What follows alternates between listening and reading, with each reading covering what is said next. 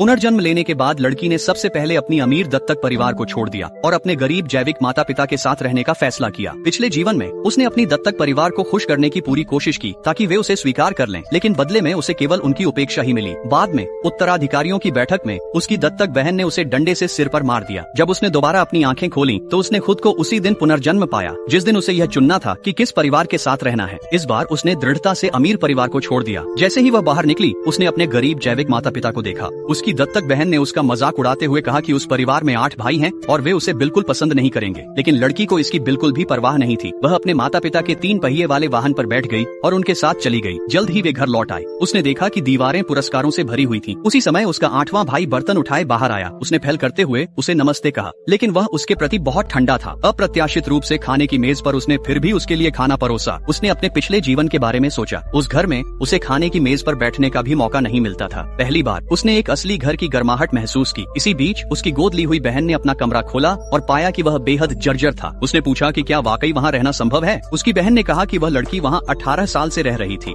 तभी गोद ली हुई बहन को एहसास हुआ कि उस लड़की ने कितनी कठिनाइयाँ झेली हैं। अगले दिन गोद ली हुई बहन लग्जरी कार में स्कूल गई और संयोग से उसने उस लड़की को साइकिल चलाते हुए देख लिया। उसने फिर से उसका मजाक उड़ाना शुरू कर दिया। अमीर परिवार ने घोषणा की कि वह लड़की अब उनके परिवार की सदस्य नहीं है और उसे स्कूल छोड़ने के लिए मजबूर कर दिया।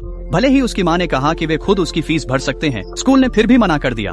घर लौटने के बाद उसके भाइयों ने उसकी पढ़ाई के लिए पैसे निकाले, लेकिन उसने मना कर दिया क्योंकि उसने पहले ही एक समाधान सोच लिया था। जल्द ही वह स्कूल में एक टॉप स्टूडेंट के रूप में नजर आई और वह स्कॉलरशिप भी पाने में सक्षम रही। जब उसकी गोद ली हुई बहन ने यह देखा तो वह बेहद जलन महसूस करने लगी। उस रात उसने अपने गरीब माता पिता और भाइयों के लिए उपहार खरीदे, लेकिन सभी ने उसे कहा कि वह उपहार अपने पास ही रखे। अचानक अमीर परिवार उसे ढूंढते हुए आ गया। उसकी क्षमता देखकर वे चाहते थे कि वह वापस लौट आए, लेकिन उसने वहीं पर उन्हें मना कर दिया और कहा कि यही उसका असली घर है।